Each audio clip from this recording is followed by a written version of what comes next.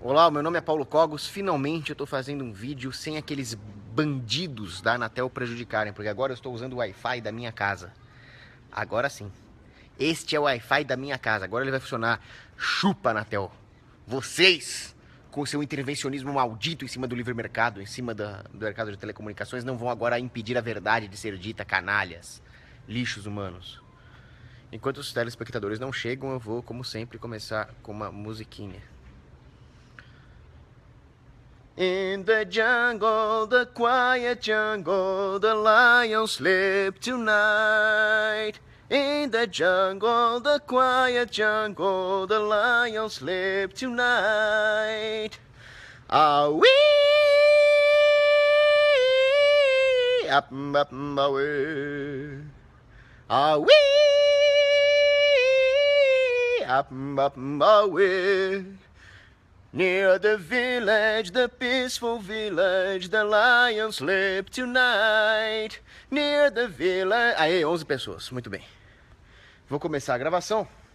Eu quero falar de dois assuntos aqui. O primeiro é sobre a eugenia nazista do Bolsonaro.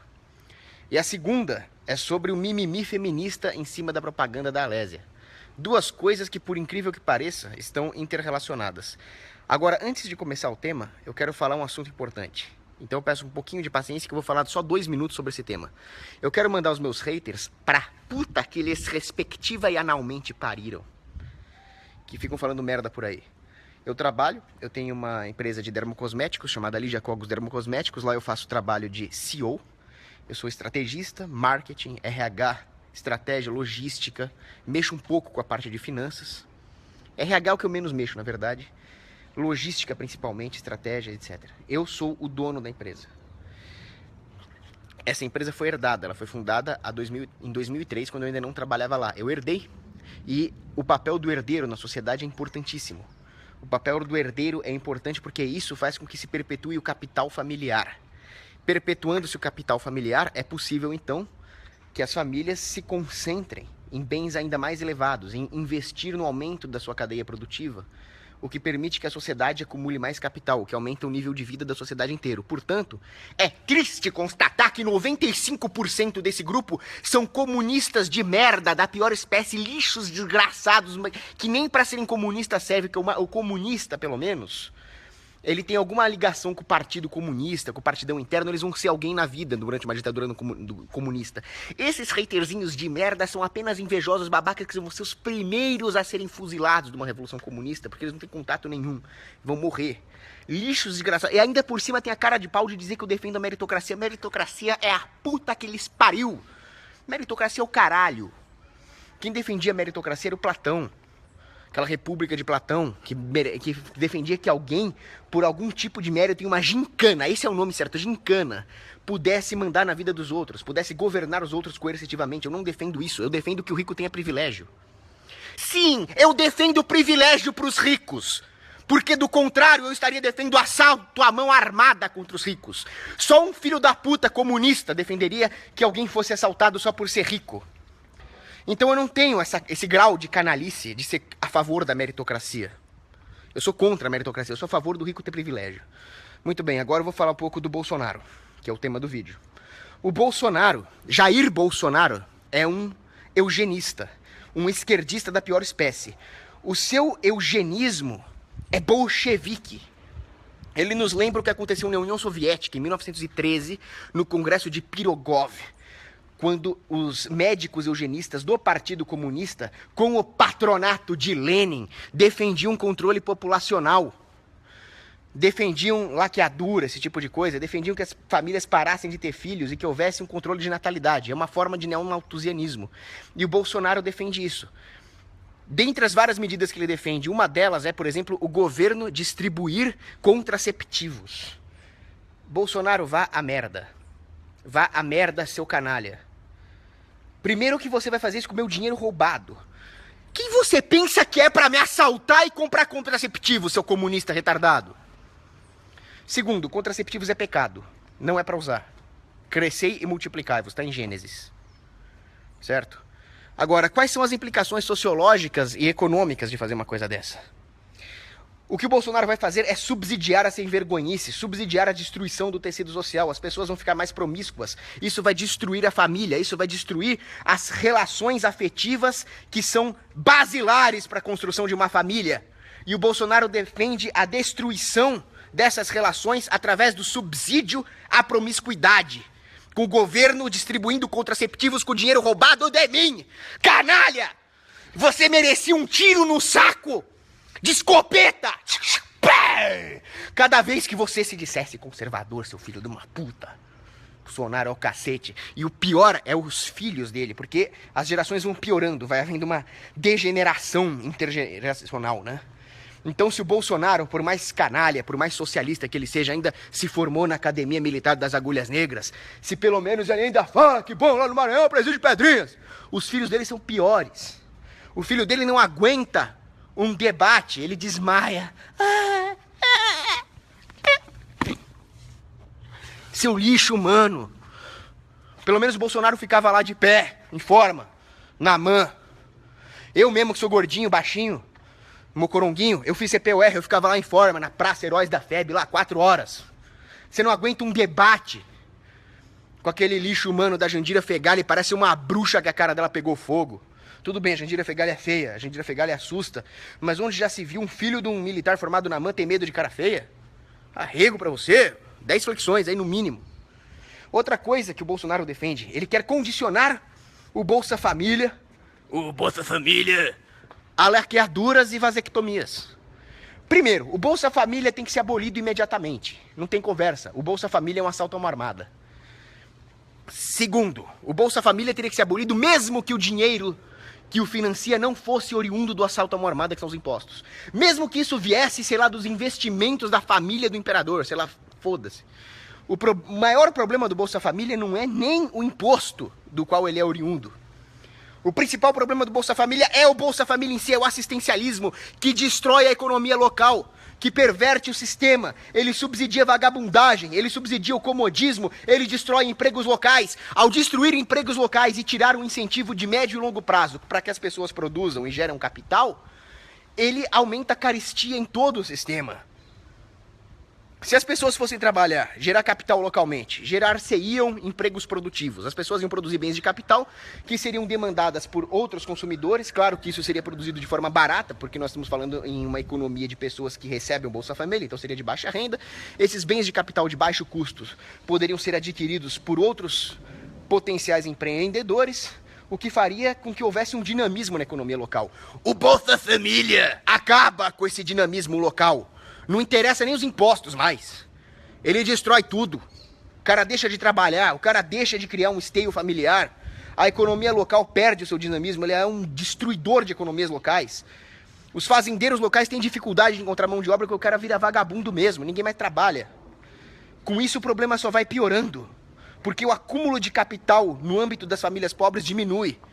É claro que qualquer política assistencialista vai subsidiar o consumo em detrimento da produção de capital e investimento. Puta que eu pariu! Estudar, ó, filha da puta!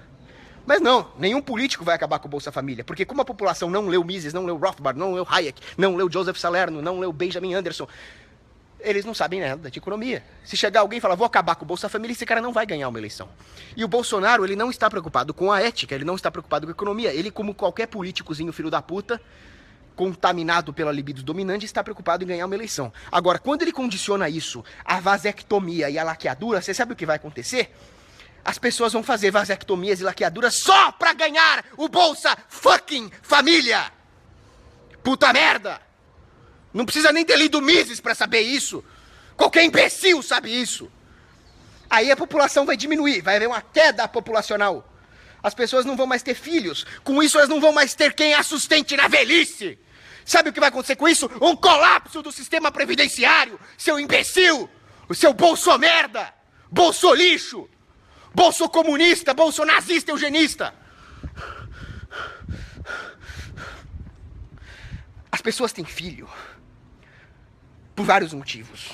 Obviamente que há a questão espiritual, a questão da propagação dos genes, mas os filhos são investimento. Os filhos são pessoas para pegar na enxada, sempre foi assim. Você fala com pessoas pobres ali, que nasceram no interiorzão, pobres, elas têm 13, 14 filhos, justamente porque elas são pobres e precisavam de mão de obra.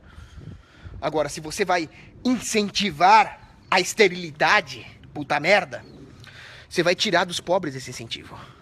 Então eles não vão mais investir no capital mais importante de todos, que é o capital humano.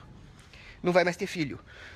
A comunistada, isso inclui o Bolsonaro, seu comunista de merda, eles acham que o pobre é um animalzinho. Eles acham que o pobre vai começar a meter lá, ter filho igual um coelho, e vão se ferrar e vão morrer de fome. Não é assim que funciona. Os pobres são seres humanos, os seres humanos são racionais, e o seu polilogismo social não se aplica. Os pobres têm filho porque isso dá retorno.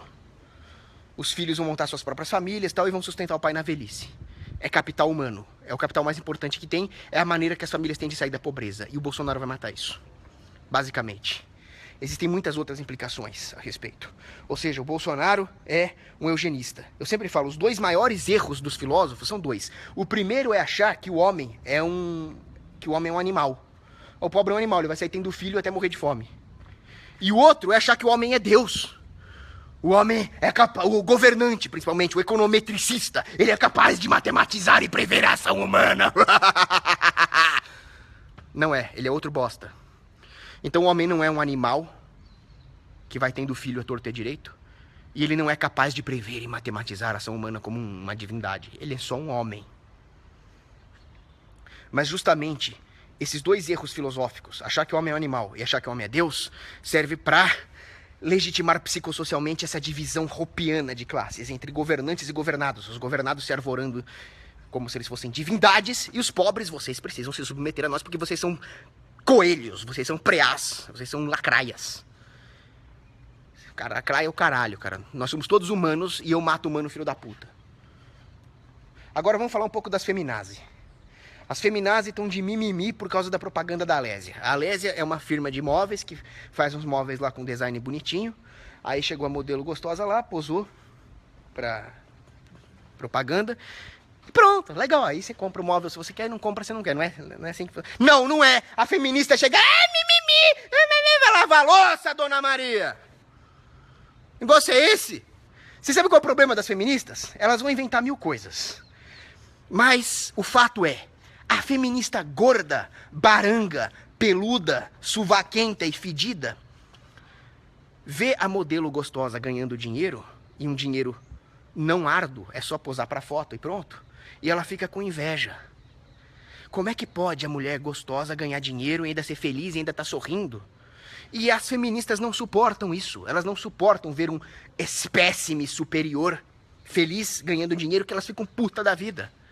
Elas não gostam da felicidade alheia, muito menos da felicidade alheia feminina. As feministas ardem de inveja com isso. O feminismo nada mais é do que uma forma de esquerda, e como dizia Hazlitt, o esquerdismo é o evangelho da inveja. Então toda a motivação da esquerda, das feminazes e mimizentas, é inveja da gostosa. Simples assim. Aí uma pessoa normal, que não é feminista, ela olha para a propaganda da Alésia, o que ela vê? Ela vê uma mulher bonita fazendo propaganda, ganhando dinheiro. Ela voluntariamente, como uma adulta consciente, empreendeu uma troca mercadológica, onde ela concordou em expor as suas virtudes estéticas em troca de dinheiro. Ela é muito feliz assim e acabou. E você gostou do móvel, você compra, não gostou, não compra.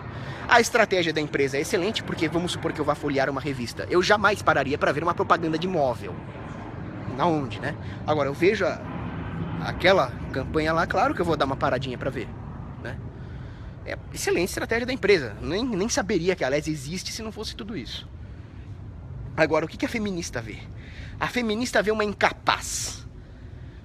Uma indivíduo, não no sentido do indivíduo como os liberais falam, mas no sentido etimológico da palavra indivíduo, que significa uma peça inanimada não motivada de um sistema.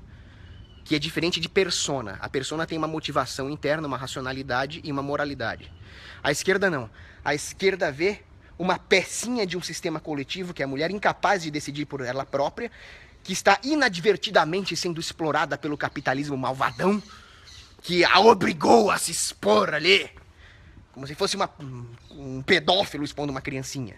Ela não vê uma mulher adulta, independente e capaz de raciocinar. Ela vê aquilo como a exposição de um objeto, um corpo sendo mal utilizado, porque para a esquerda o corpo deve ser usado para a coletividade, né? Então a esquerda quer definir como a mulher deve ou não usar o corpo, vê a mulher como uma incapaz, transforma as virtudes estéticas femininas, que são algo, uma dádiva de Deus, uma coisa a ser complicada, a ser contemplada, em um objeto, e eu aqui estou objetificando sua vagabunda! Sua idética maconheira abortalha! É você que está objetificando! Porra! Então, a mulher não pode ter uma virtude. A estética do corpo da modelo é uma virtude feminina. Essas mesmas feministas gostam de ver os modelos homens malhadinhos lá nas propagandas dele, que eu nem vejo, porque eu não sou viado. Mas quem quiser ver, veja. Né? Agora, o fato é que, por inveja, as feministas não suportam que alguma mulher brilhe. Muito menos por virtudes femininas. Elas não suportam que uma mulher seja feliz como uma dona de casa, exercendo a mais sublime das funções, que é gerar a vida e cuidar da prole. Elas não suportam ver uma mulher brilhar por ser bonita, como mulher, né? Com o corpo dela, femininamente falando. Não suportam. Elas também não suportam as mulheres que brilham por virtudes não tipicamente femininas. Elas não suportam uma CEO capitalista muito bem sucedida. Elas não suportam uma mulher guerreira. O que as feministas querem das mulheres? Querem que elas se degradem. Então, se você se degenerar, expuser o seu corpo gordo, com um slogan pró-infanticídio, ali, pró-aborto, se humilhando na rua, isso pode. Se você quiser defecar na cara do Bolsonaro no meio da rua, uma coisa degradante, isso também pode. Se você for esmagada de impostos e o governo cobrar 40% de impostos, isso sim é objetificação, aí também pode. Mas se você for feliz mostrando os seus dons naturais, os seus dotes físicos, estéticos, aí não pode! Aí não pode! Suas filhas da puta. Vocês já pensaram nisso? O governo nos esmaga com 40% de impostos. O que é objetificar? Objetificar é negar a sua humanidade, a sua motivação, a sua soberania individual. É te transformar em um recurso. Durante 40% do tempo de uma trabalhadora, o governo suga a energia dela. Suga 40% da sua energia corporal, do seu tempo, da sua vitalidade. Isso é objetificação. Só que essas mesmas esquerdentas feminazes apoiam uma coisa dessa. Elas que objetificam a mulher. Agora eu quero chegar mais próximo do fim desse vídeo. Bolsonaro e feminazes. Aparentemente duas coisas antagônicas, mas não. Os dois concordam em permitir que o monopólio coercitivo da violência decida como você deve ganhar a vida, o que você pode e o que você não pode fazer, o que é melhor para sua vida, o que não é. Os dois querem uma intervenção coercitiva em cima da ação humana. Os dois relativizam conceitos absolutos como moralidade, estética e ontologia. O problema de hoje é que os anticomunistas da pós-modernidade apenas não gostam da cor vermelha.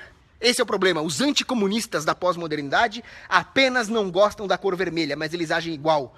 Eles te processam se você falar alguma coisa que eles não gostam, censurando como a polícia política da Alemanha Oriental, a Stasi. Se você chegar para eles e fala em livre iniciativa, em privatização dos setores mais importantes como defesa, justiça, transportes, eles vão te chamar de utópico, de maluco. Nenhum deles dá meia foda para livre iniciativa, para privatização, para liberdades individuais, para direito natural, para absolutismo moral, para absolutismo estético. São todos comunistas. Todos, inclusive nesse grupo, que acham que herdeiro não trabalha. Acha que é demérito você herdar uma empresa, seus comunistas, filha da puta. Todos. Nada mudou. Vocês só não gostam da cor vermelha. A discussão política moderna virou uma discussão de what's your favorite motherfucking color? Qual a sua cor favorita? A minha é amarelo e azul tucano. A minha é vermelha, com uma estrelinha no meio. É só isso a discussão. Vocês são todos comunistas. Todos vocês. Bando de safado. E o pior no meio de tudo isso, sabe quem é? São os gradualistas, que compactuam com uma coisa dessa. Os caras gostam muito de falar uma frase do Maquiavel. Dentre as várias soluções possíveis, dentre todas as soluções imagináveis, aliás, a possível é a ideal. Os gradualistas adoram repetir essa frase do Maquiavel. O que eles não percebem é que são as ideias que viabilizam as mudanças, e eles travam essas ideias e nunca vão além disso. Eles acham que o possível no mundo político e social é dado. Eles são incapazes de querer revolucionar as próprias ideias. Como eles querem mudar alguma coisa no mundo se eles são incapazes de mudar a própria cabeça?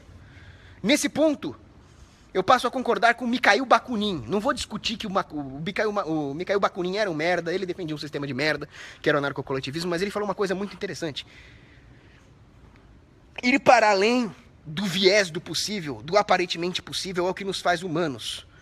Nenhum homem brilhou, nenhum homem inovou por fazer aquilo que o status quo dizia que era possível. Só aqueles que acreditaram poder fazer o impossível é que foram além disso e inovaram. Bakunin falava isso. O fato é, nós temos um absoluto moral. O Estado só sobrevive porque nós relativizamos isso. Se pelas vias políticas esse absoluto moral é inviável, nós não temos que desprezar o norte moral, nós temos que desprezar as vias políticas. Isso é tão simples para mim. Se aquilo que é correto não é viável no sistema, nós destruímos a porra do sistema. Qual o problema? É só a mudança ideológica que nos separa de possibilitar e viabilizar aquilo que é o correto moral. Sempre será possível fazer alguma coisa que só depende da institucionalização de uma ideia. Não existe nenhuma impossibilidade física, química, cosmológica para a destruição do Estado. É só querer. Então essa desculpa dos gradualistas é a mais esfarrapada possível. Agora eu vou responder perguntas. Já bati no Bolsonaro, já bati nas feminazes. Eu vou responder as perguntas rápido, que eu tenho que sair. Bem rápido, tá? Então vocês desculpem aí a minha extrema síntese laconiana para responder. Obrigado, Camila, por mandar os haters para PQP. Você é um amor. Paulo Basílio disse para eu ignorar os comentários sobre a minha vida pessoal. Excelente sugestão. Eu gosto de Basílios, desde o Paulo Basílio até São Basílio. E até a pizzaria Primo Basílico. Boa sugestão, Gabriel Leonardo.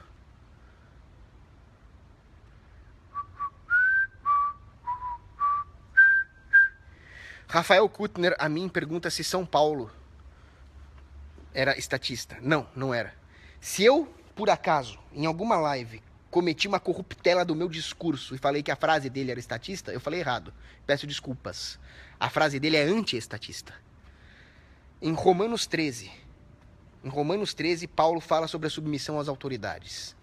Mas essas são autoridades constituídas e submissas a Deus. Uma autoridade não pode ser submissa a Deus se ela viola os mandamentos primeiros de Deus, como não matar e não roubar. É simples assim.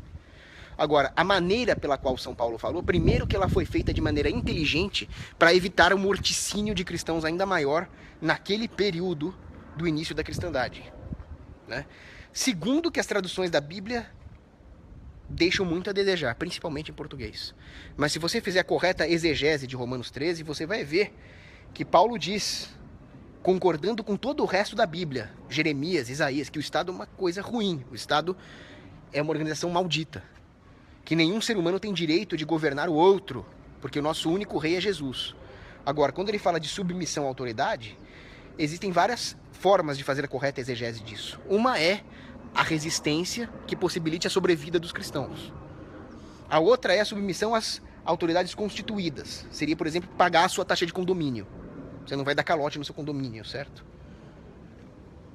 E a outra é você ganhar tempo. Se eu não pagar meus impostos agora, o Estado vem, destrói minha casa e mata tudo aquilo que eu já fiz na vida. O que isso vai adiantar? Agora, se eu fizer uma resistência ao Estado planejada, seria legítima defesa.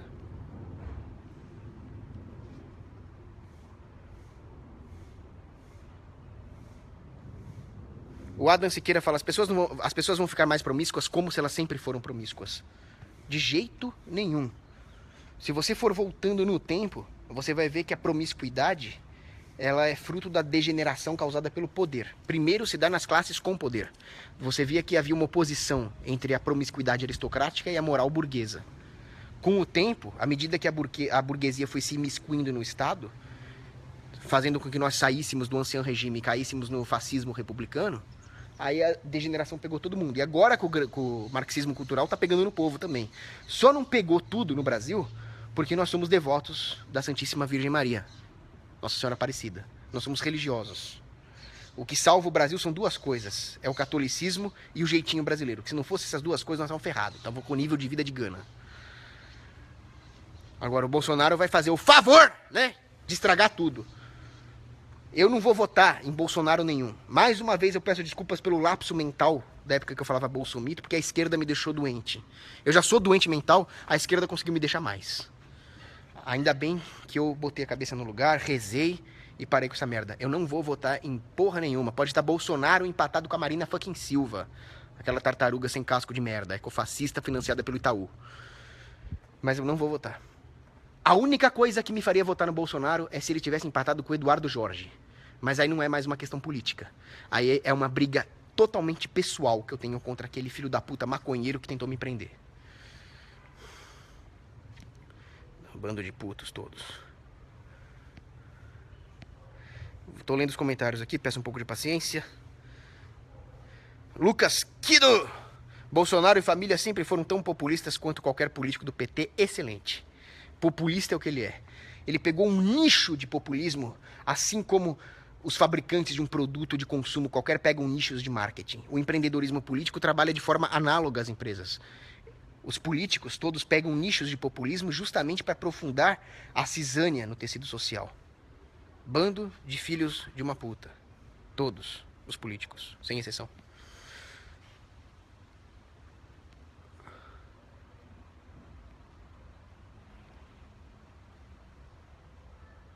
Paulo Basílio me decepcionou aqui. Ele disse que os contraceptivos são bons e que a política católica de não usar contraceptivos é ruim. Você tá louco, cara. Se você for pensar, a Igreja Católica manda não pecar contra a castidade, manter um casamento ordenado por vários motivos. Alguns motivos são mais teológicos, eu não vou entrar nesses detalhes aqui, mas consiste justamente na ordenação dos afetos, como dizia São Tomás de Aquino, de forma a obter a primazia do amor. Porque senão você realmente vai objetificar a mulher. Nesse ponto, eu vou até concordar com a terminologia feminista. Você vai achar que a mulher é só um pedaço de carne para você meter. Não é. O cara tem que casar por amor. E o prazer sexual vem como bônus. Mas a Igreja Católica tem uma sabedoria social nisso também.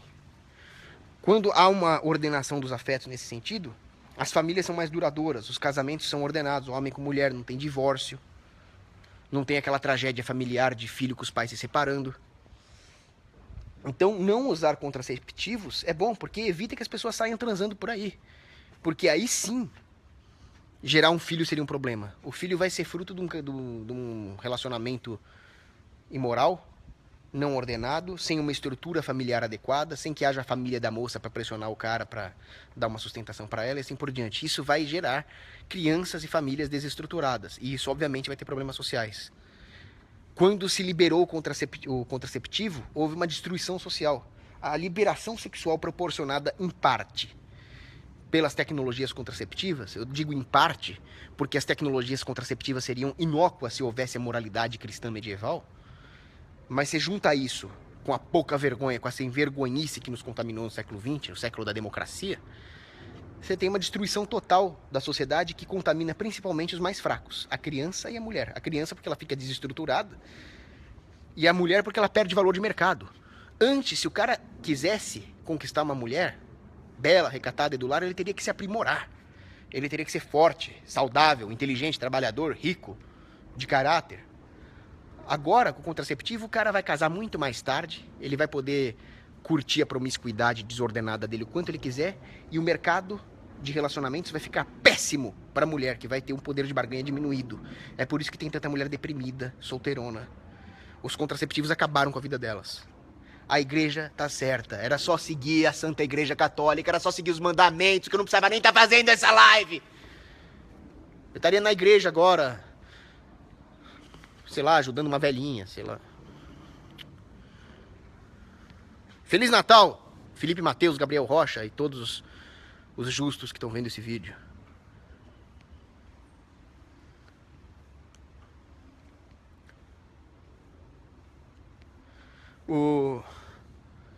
O Rafael Souza está perguntando a minha idade. A minha idade é a subatlântica tardia, que começou, se não me engano, há 2.500 anos.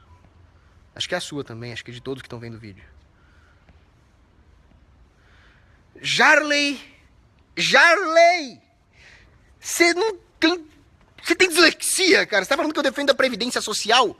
Eu tô falando que a estrutura social vai ser prejudicada. Eu tô falando da previdência natural, se você quiser chamar assim. Vamos usar esse termo aqui, vai. Acabei de criar um neologismo. Previdência natural significa a capacidade da sociedade naturalmente prover sustentação aos seus membros idosos. Se ninguém trabalha por causa da merda do Bolsa Família, como é que vai ficar? Se ninguém tem filho, como é que vai ficar? Você vai destruir a previdência natural. Aí sim, você vai dar munição para os keynesianos esquerdopatas defenderem a previdência estatal. Para me roubar. Para botar o jovem contra o velho. Para destruir o mercado de trabalho para quem tem mais idade e assim por diante. Só tragédia. Fabrício Mariano Dutra nos lembra do embaixador russo, morto por um terrorista turco muçulmano, que chegou lá e gritou Allahu Akbar! Mais ainda, o caminhão na feira de Natal em Berlim, acabei de ver. Deixa essas porra entrarem dentro da Europa. Não foi falta de aviso. Não foi falta de aviso. E o pior, dia 16 de dezembro sempre acontece o milagre de São Genaro, quando o sangue coagulado dele, que é uma relíquia, se liquefaz. Dessa vez não aconteceu. Foram poucas vezes na história em que o milagre não aconteceu. E todas as vezes deu problema. Ou como diria o Capitão Nascimento, deu merda isso. Então teve a epidemia de cólera, teve a erupção do Vesúvio, teve as 2 guerras mundiais. Agora o negócio não acontece lá e mata o embaixador turco. Porra, tô ficando com medo. A sorte é que o Obama já saiu de lá. Porque se esse filho da puta desse genocida tá na Casa Branca, esse cara ia ser o novo Gravilo Príncipe. Ia começar a Terceira Guerra Mundial, o Obama ia fazer merda, a Hillary queria fazer merda, aquela vagabunda da Ursula von der Leyen queria fazer merda. Ainda bem que é o Trump. Puta que pariu se não fosse o Trump. Pelo menos agora o Putin e o Trump têm potencial para atuar juntos contra o ISIS. Agora, na Turquia, esse vagabundo desse Erdogan de merda é um financiador do terrorismo sunita, além do massacre contra os curdos. O que ele tá pretendendo com isso? Ele já derrubou um caça russo. Agora ele matou os caras. Bom, ele tá mexendo com o Putin, né? Mexer com o Putin não é uma boa ideia, não é uma coisa prudente. Tomara que o Putin fique realmente Putin da cara e retribua como os turcos realmente merecem, com fogo. Até aquela porra não se chamar mais Istambul e sim Constantinopla, que nós vamos pegar de novo. Será uma boa hora pra fazer uma cruzada. Samuel Targino, eu vou deixar uma coisa bem clara, eu não gosto desse tipo de comentário, tá? Eu sou um humilde e indigno servo de Deus, escravo de Maria. Tá?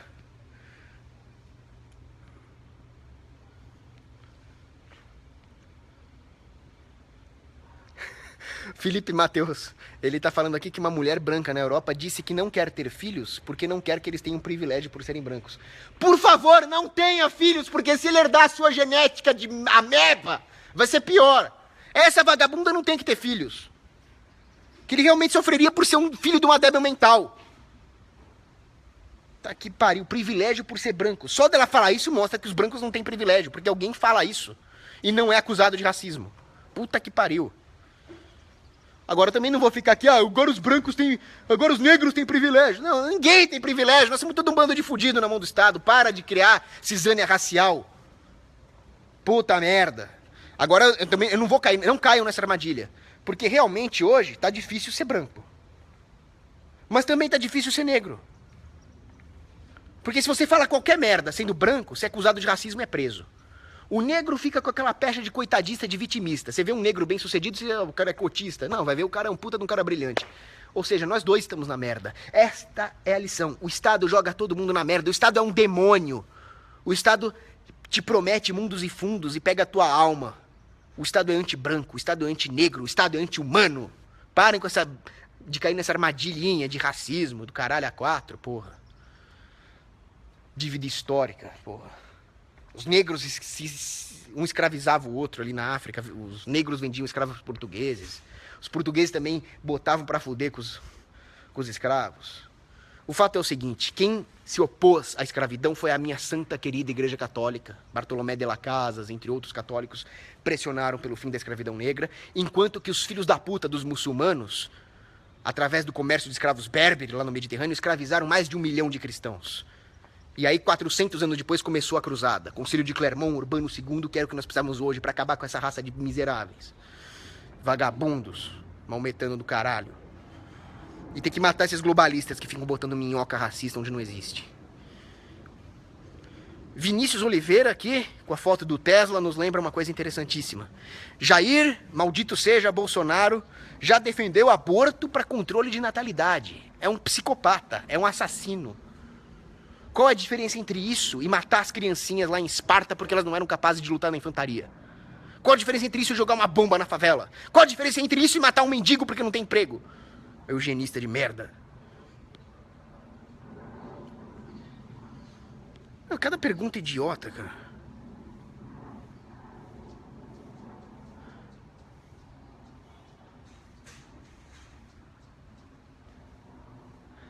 Sim, o Lucas Kido tá falando aqui, a inveja pura dessas feministas aí. Queriam usar maiô e não podem porque são gordas. Cara, pode. Pode, cara. Eu sou contra uma legislação de poluição visual de feministas na praia. Eu fecho o olho e viro pro outro lado, não tem problema. Pode usar o seu maiô na praia, sua feminista gorda. Só não passa se eu tiver almoçado, assim, tenho medo de vomitar naquele calor. Né? As feministas falam, vai ter gorda na praia assim. Já proibiram, por acaso, cara? Eu já vi tanta baleia encalhada na praia. O Paulo Basílio fala o seguinte, fale sobre o feminismo que tomou mais de 50% do movimento liberal libertário do Brasil, se dizendo ser diferente e individualista. Mas quando vai discutir, vem falar merda de patriarcados, estatísticas desonestas para fingir que o estupro é um problema feminino, que o homem é agressor, etc. Exatamente. Primeiro campo de batalha é o campo de batalha linguístico. Confúcio já falava que você perverte a língua para impor a artificialidade da tirania. Feminismo individualista, porra! Você já está coletivizando todas as mulheres com esse termo feminista. Ou todos os homens como potenciais machistas, potenciais estupradores. Onde que isso é individualista? Puta que pariu. E ainda vem falar que são libertárias. Libertárias aonde se elas querem te censurar? Libertárias aonde se elas querem punir alguém por um crime que não cometeu? Nenhuma vertente, nenhum pensador de nenhuma filosofia conservadora, libertária ou liberal, defenderia a punição de alguém pela potencialidade de cometer um crime como indivíduo. Só as feministas fazem isso que querem te punir por ser homem. Inclusive as feministas que se dizem libertárias.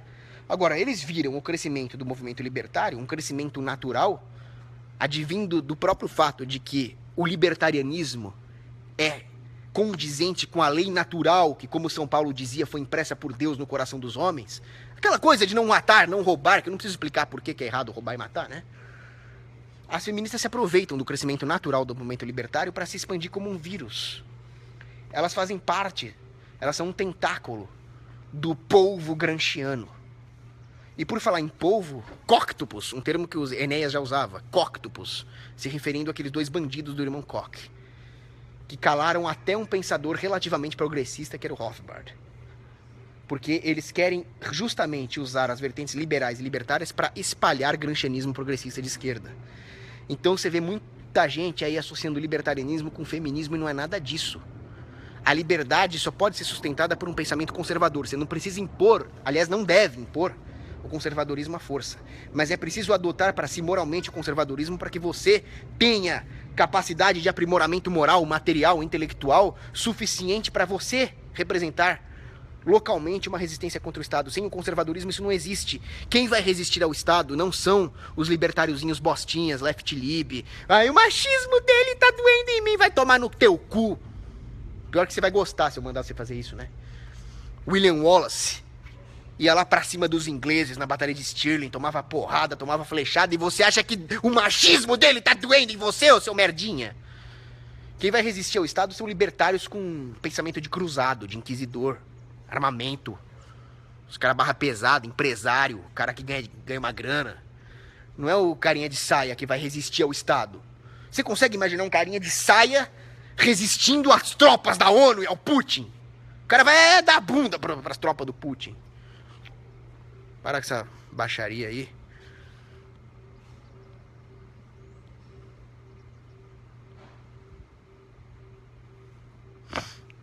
Vitória Ávila de Oliveira. Fora o fato que as feministas, né, pensam que o contato com o feminismo transforma uma mulher em feminista automaticamente. Justamente. Elas não toleram o pensamento feminino independente. Não existe nada mais machista do que isso. O Estado não tolera o pensamento independente. E as feministas... Por quê? Porque eles são inimigos da população. E as feministas não toleram o pensamento feminino independente porque elas são inimigas da mulher. Se a mulher parar, pensar e falar, não, as mulheres precisam do esteio de uma família, as mulheres precisam das virtudes femininas, a sociedade precisa das virtudes femininas, o que é mais interessante ainda. Sem as virtudes femininas, a sociedade desaba.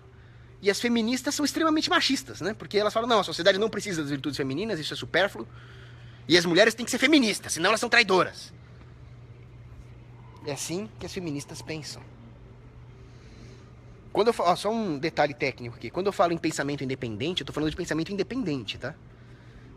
Agora, isso não significa... Independente do sistema imposto. Agora, isso não significa independência epistemológica, porque independência epistemológica seria ausência total de norma, seria anomia de pensamento. Isso eu sou contra. Você precisa, sim, para ter um pensamento válido, de regras de lógica, de regras epistemológicas e da moralidade absoluta. Senão você também não tá produzindo nada, né?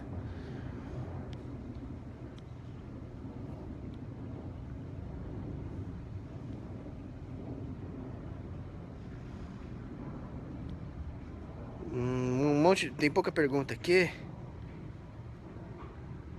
O Fábio Corrêa pergunta o que eu acho do livro Revolta de Atlas. É um dos poucos livros que presta da Ayn Rand. Porque nesse livro a Ayn Rand expõe a imoralidade, a deterioração moral e material de uma sociedade controlada por burocratas. Aliás, condiz com aquela que foi uma boa frase da Ayn Rand, né? Nós estamos ferrados quando aqueles que nada produzem começam a dar ordem para aqueles que produzem em como produzir. E aí a Ayn Rand mostra realmente a degeneração moral que acomete os burocratas. A pessoa desses burocratas. E como esses burocratas têm poder, eles imprimem essa degeneração moral pessoal na sociedade. Então, eu odeio a Ayn Rand. Eu acho ela uma bruxa maldita, uma psicopata que acha que o mal não existe. Pelo menos não internamente. Ela acha que o mal é uma instituição externa ao homem. Mas o livro, A Revolta de Atlas, é uma exceção.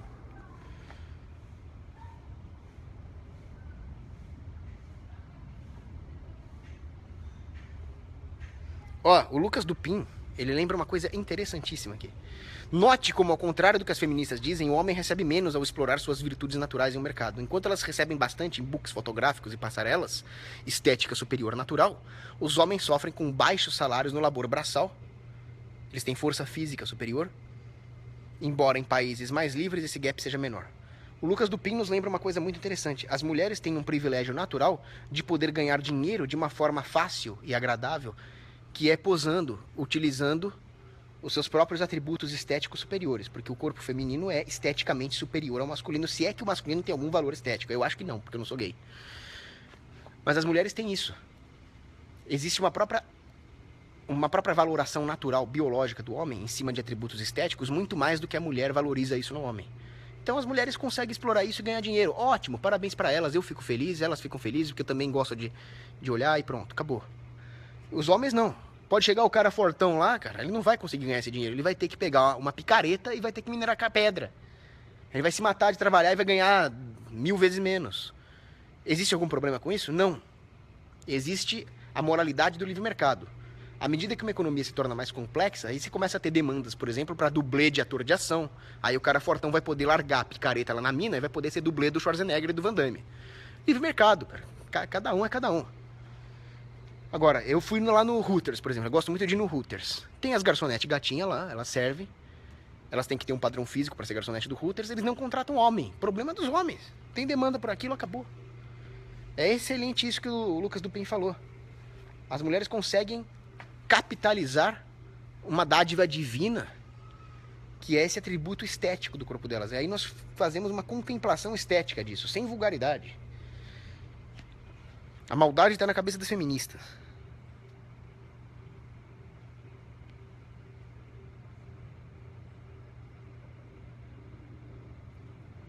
O Luiz Henrique fala para eu falar do Scruton, Roger Scruton. É um pensador excelente. Mas aí a obra dele é muito vasta. Eu teria que especificar um pouco melhor. Não vou ficar falando... Eu já vou terminar essa live.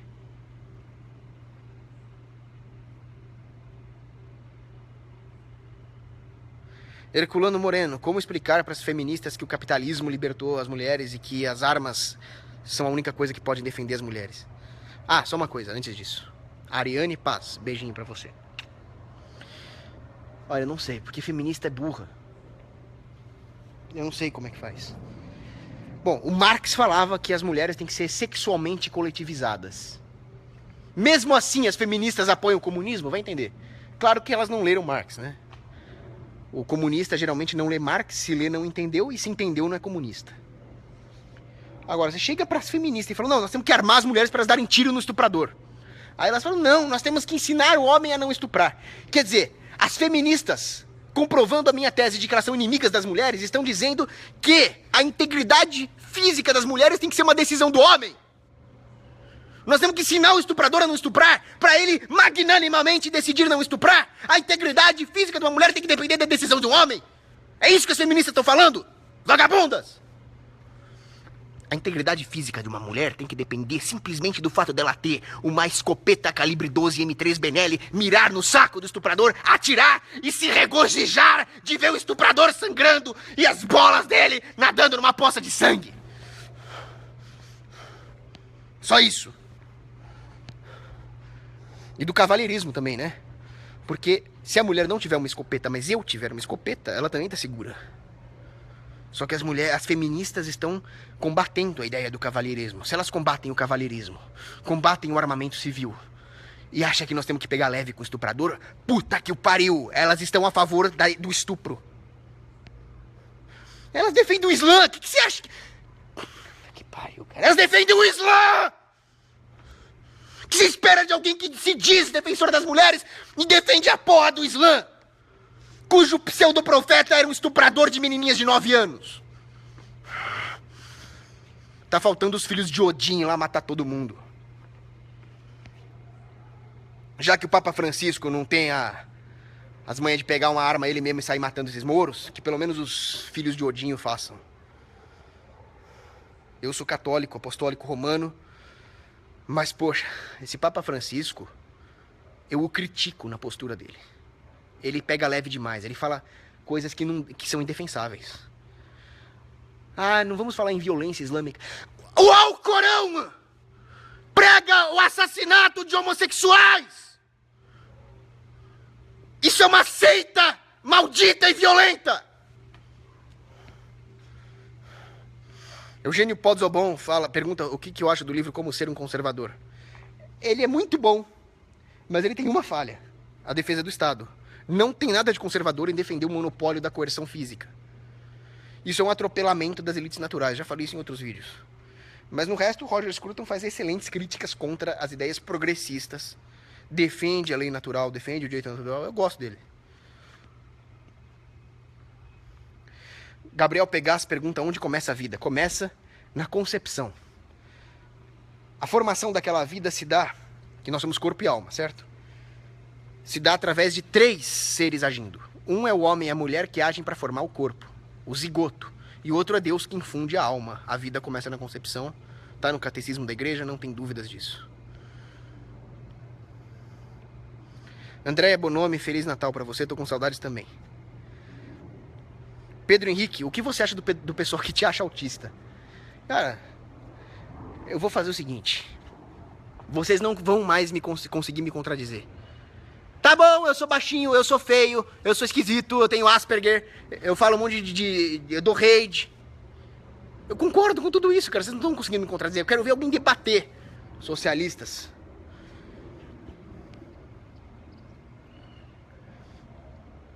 Thales Sama pergunta o que eu acho da defesa da monarquia como uma estratégia, sei lá, uma estratégia anti-Estado, talvez seja isso que você queira dizer. Eu acho temerário. É fato que a monarquia é moral, histórica, econômica, sociologicamente superior à república.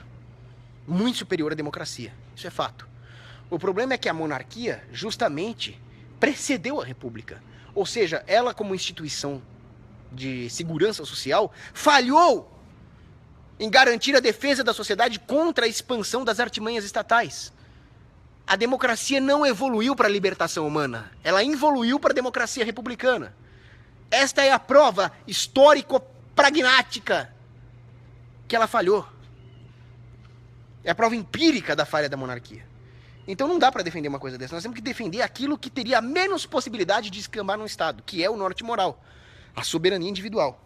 É claro que a monarquia, ela pode ser defendida se ela for uma monarquia privada, se ela for uma autoridade monárquica ordenada, naturalmente constituída sem coerção. Ou aquilo que alguns gostam de chamar de anarcomonarquia. Muitos falam que esse seria o governo defendido pela doutrina social da igreja, por exemplo. Eu não tenho objeções morais contra uma anarcomonarquia a priori, porque ela é voluntária, assim como eu não teria objeções contra uma comuna, se os caras fossem suficientemente débeis mentais para querer viver numa comuna. O problema é que isso degenera. Aí eu começaria a ter objeções morais por causa das consequências a posteriori da implantação desse tipo de coisa. Uma anarcomonarquia, ela pode não ter o dinamismo mercadológico suficiente para se manter livre, porque sempre vai haver alguém querendo usurpar o poder. Então eu teria alguma objeção técnica contra uma anarcomonarquia. Eu acho que as elites naturais deveriam assumir os setores de acordo com as suas vocações e não assumir um governo institucional total, numa jurisdição engessada. Essas jurisdições das elites naturais teriam que ser plásticas, teriam que estar sujeitas à soberania do consumidor. Mas agora, a oposição contra a república, a feiura libertada, como dizia Anatole France, isso aí é essencial. E eu defenderia uma aliança com os monarquistas para criticar a república, mas só para isso. Que um outro problema também dos monarquistas pró-Orleans e Bragança é que eles defendem o Império Brasileiro. E o Brasil não devia existir. O grande erro aconteceu no Império. O Império é uma criação maçônica. O grande erro aconteceu no Império quando eles impediram a separação dessa instituição artificial monolítica e leviatânica que é o Brasil. A hora que eles esmagaram os movimentos separatistas. Como é que o cara defende a volta disso? Tudo bem, menos pior que a República. Mas ainda assim é uma excrescência. Tá comparando com o pior dos lixos, que é a República, aí fica fácil.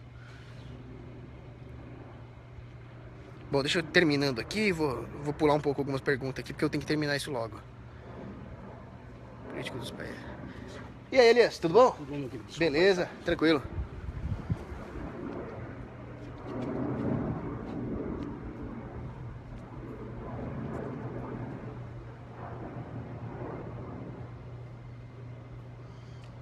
Bom, acho que não tem... Bom, vou terminar aqui. Só a última pergunta. Duas, vai. Matheus Pérez Tonioli. Na Idade Média eu seria mais livre do que hoje? Sim. Na Idade Média você tinha 3 meses de férias. Porque as regulações trabalhistas não destruíam o mercado de trabalho, não pervertiam os incentivos dentro do mercado de trabalho como fazem hoje. Claro que você não ia ter o mesmo acúmulo capital que tem hoje. Você não ia ter saneamento privado, iPhone, Wi-Fi, farmacêuticos... Mas dentro do que havia de possibilidades técnicas naquela época, você era mais livre. Você podia ter exércitos privados, se você quisesse. Se você somar tudo aquilo que um servo feudal pagava de impostos, não dava o que você paga hoje. Que se fosse com a tecnologia daquela época, eles morreriam de fome. Marcos Vinícius, quem você quer de presidente para o Brasil em 2018? Eu acho que a presidente em 2018 poderia ser a apresentadora Amanda Françoso. Porque ela, você coloca ela lá, porque ela é gatinha, ela não ia fazer nada, ela só ia posar para as fotos, ela ia fazer comentários de moda e não ia intervir em absolutamente nada. A única função dela seria mostrar ao mundo a beleza da brasileira. Fim. Não precisa fazer mais nada. Outra coisa interessante seria uma gladiocracia. Você vira soberano de um país através de uma gladiatura na arena. E o cara sempre pode ser desafiado. qual seria o resultado disso? Esse gladiador que virou o soberano do país iria passar o tempo dele inteiro treinando luta, golpes de espada, flexões de braço, abdominal. Ele não ia ter tempo de governar. E ele sempre pode ser desafiado. Até que ninguém mais ia querer uma profissão dessa. Bom, vou terminando aqui. O Marcos Paulo pediu uma pausa aqui, tá? Qual época você acha que tinha mais individualidade e garantia da sua propriedade? Eu diria que era realmente a Idade Média, principalmente no século XII, no século XIII, né? 1100 e pouco, 1200 e pouco, que era uma época de apogeu da escolástica, do pensamento tomista, onde realmente se pensava os direitos naturais, onde não havia heresias como o direito divino dos reis, que é uma babaquice protestante, onde não havia formação do Estado Nacional, onde os bancos templários eram honestos, onde houve uma proliferação livre dos burgos na periferia do sistema feudal. Ali foi a melhor época, institucionalmente falando. É claro que você não tinha privada ali, né, com sistema de descarga. E o pior, você não tinha fuzil. Eu estaria ferrado, né, porque eu sou péssimo na luta corporal e atiro muito bem. Se eu pudesse pelo menos ter armas de fogo ali. Mas institucionalmente falando, é isso. Grande abraço.